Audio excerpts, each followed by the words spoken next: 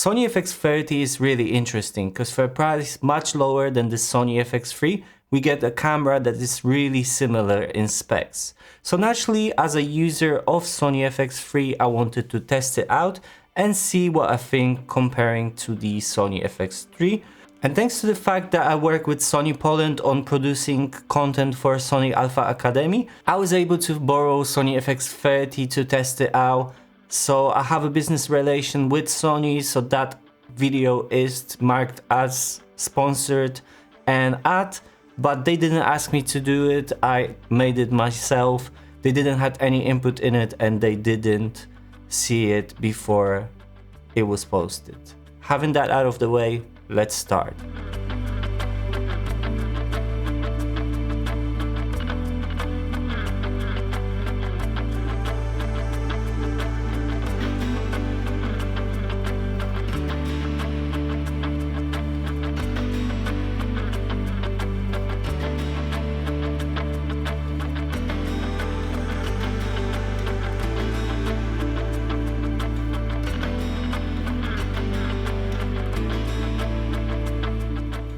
Hey everyone, it's mariuszgajdzik here, and today I'm gonna talk about my thoughts about Sony FX30 after using it for 2 weeks as a user of Sony FX3, and in another video I will compare it to the Sony A7 IV, as the price is pretty similar, so many people might be wondering. So that's gonna be in another video. Today we're gonna talk about FX30 and FX3. The price of the Sony FX30 is $1,799 without the XLR unit and $2,199 with the XLR unit.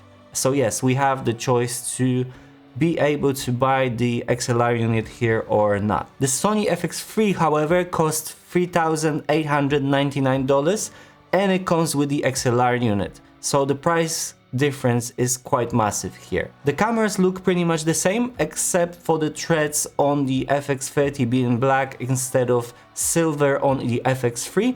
On the FX3 we have a full frame in the front and we don't have that on the FX30, and also on the top it says Sony FX30 versus Sony FX3, so that's the only visual differences I found. However, we have a little bit of a difference when it comes to weight, and the weight of the FX30 is 646 grams versus 715 grams for the FX3. The cameras have a pretty much the same layout when it comes to buttons. We have picking buttons, we have white balance buttons, we have buttons basically for using the camera to film, and I like that a lot, and I like the fact that we can easily access those functions thanks to the markings on the buttons, and this is the same as with the Sony FX3, so there is no difference here. We also have a zoom rocker here, which is really nice to use with the PZ lenses, so power zoom lenses, like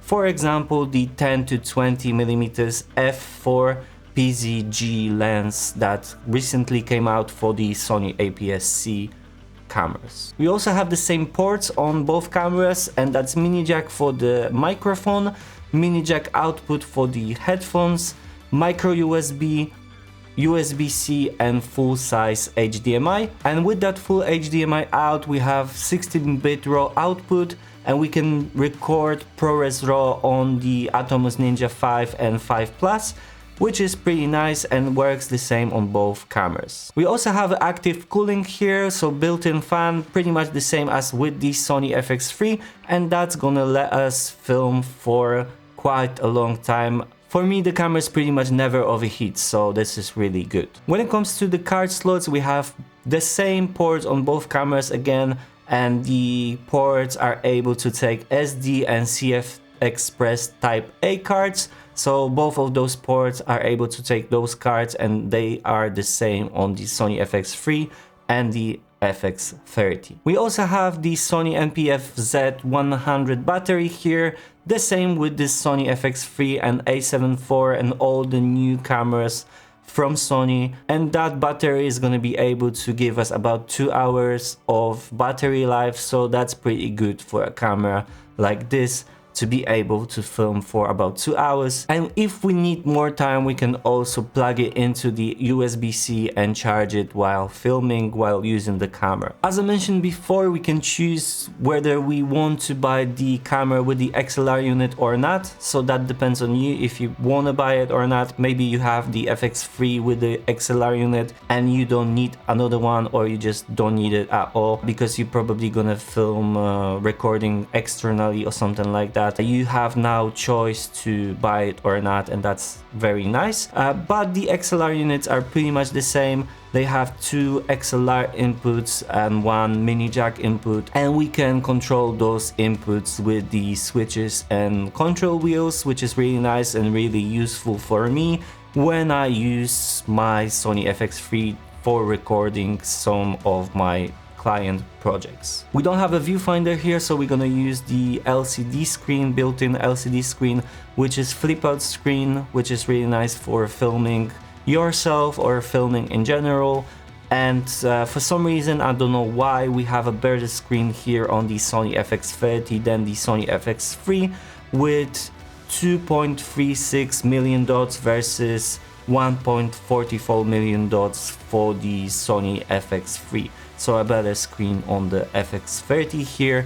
But to be honest, when I used both those cameras for those 2 weeks, I didn't really see much difference. Sony FX30 also used the same menu as with the new firmware of the Sony FX3 when we first seen it. If you want to check out more about this menu and this system and the firmware, I made a video about it, so you can check it out and find more information there. But it's really nice to be able to access video functions in a really quick way thanks to that new menu. We also have the new log shooting modes, so the Cine EI, Quick Cine EI, or the flexible ISO, or we can turn it off and use the camera as we used to before. We obviously have the S-Log3 over here because the camera is 10-bit and we want to use that S-Log3.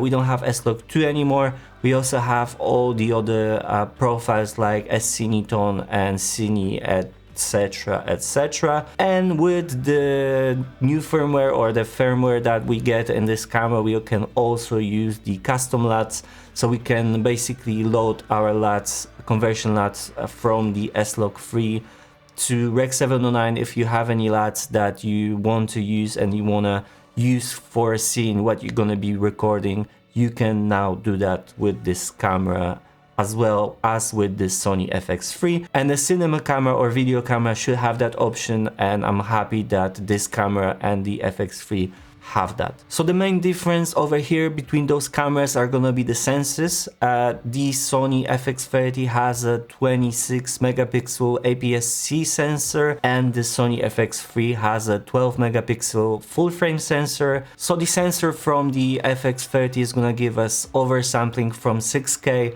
and the FX3 is native 4K. That means that the image might be a little bit sharper from the FX30 versus the FX3, but I didn't notice much difference when I was using those two cameras, but you could see it for yourself. That APS-C sensor also will give us ability to use smaller lenses. Usually the lenses for the APS-C are a little bit smaller and also cheaper, so that's a nice benefit if you want to have a smaller setup. Whereas with the full frame sensor, you're going to be able to use higher quality glass, much more expensive glass, but this is gonna give you much better bokeh, and it's gonna give you ability to shoot in a wider angle much easier, and a little bit more of a dynamic range, where the FX30 APS-C sensor is rated for 14 stops and the FX3 full frame sensor is rated for 15 stops. So yeah, that's a little bit of a difference there. Both of the cameras are able to film in 10-bit 422 with HAVC-S, HAVC-SI, HAVC-HS codecs. So the same codecs, the same specs when it comes to the color. And it's the same for the frame rates. Both of the cameras are able to shoot 4K up to 120 frames per second and HD up to 240 frames per second. But with those 100 and 120 and 200, 240, you get a bigger crop on the FX30 versus the FX3. On the FX30 the crop is 1.5, about 1.5, and on the FX3 the crop is 1.1, so you're gonna be able to film much wider when it comes to the Sony FX3 versus the FX30.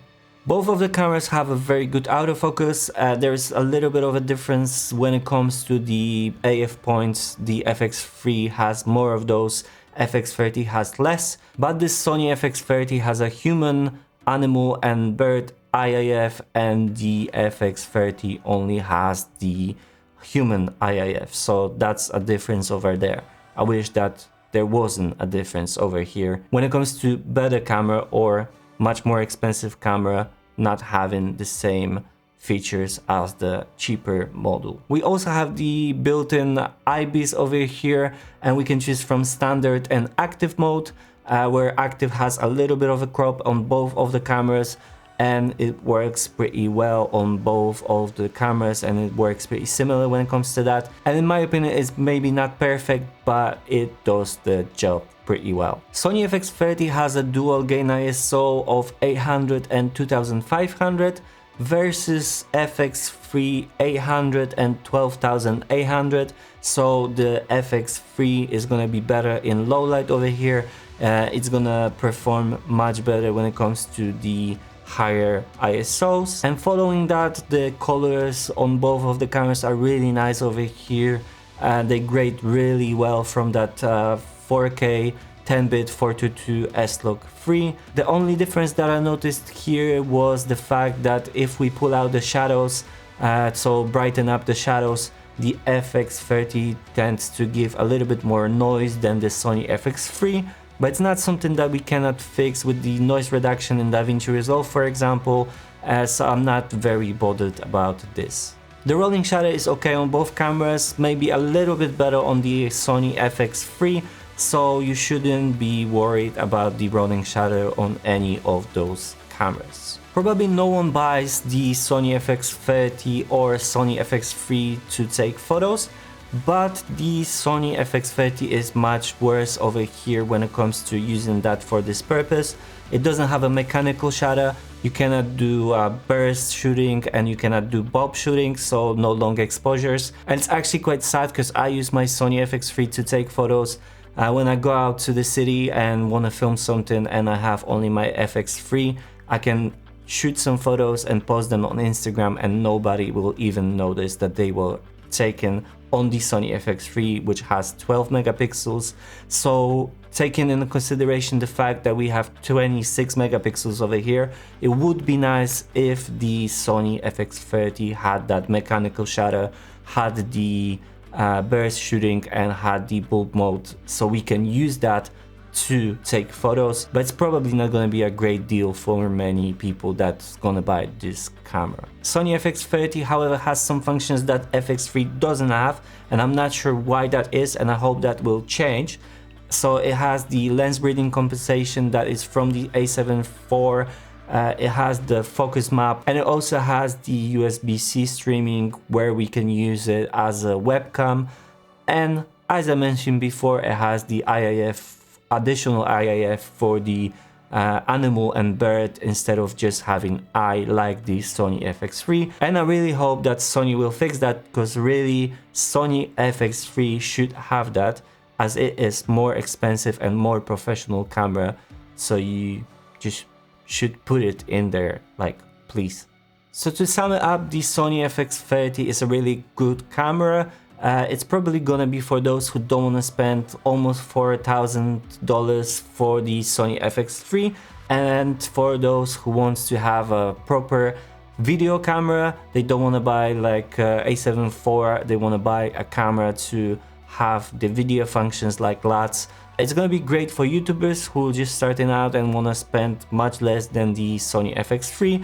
It's gonna be good for those who just wanna have a camera for filmmaking but don't want to spend too much money, or to use it as a second camera to the Sony FX3. However, I use the Sony A7 IV because I also do photography, but I'm gonna talk more about that in another video because this one is about FX30 versus FX3. And maybe now let's ask the question if I regret buying this Sony FX3. And no, the answer is no.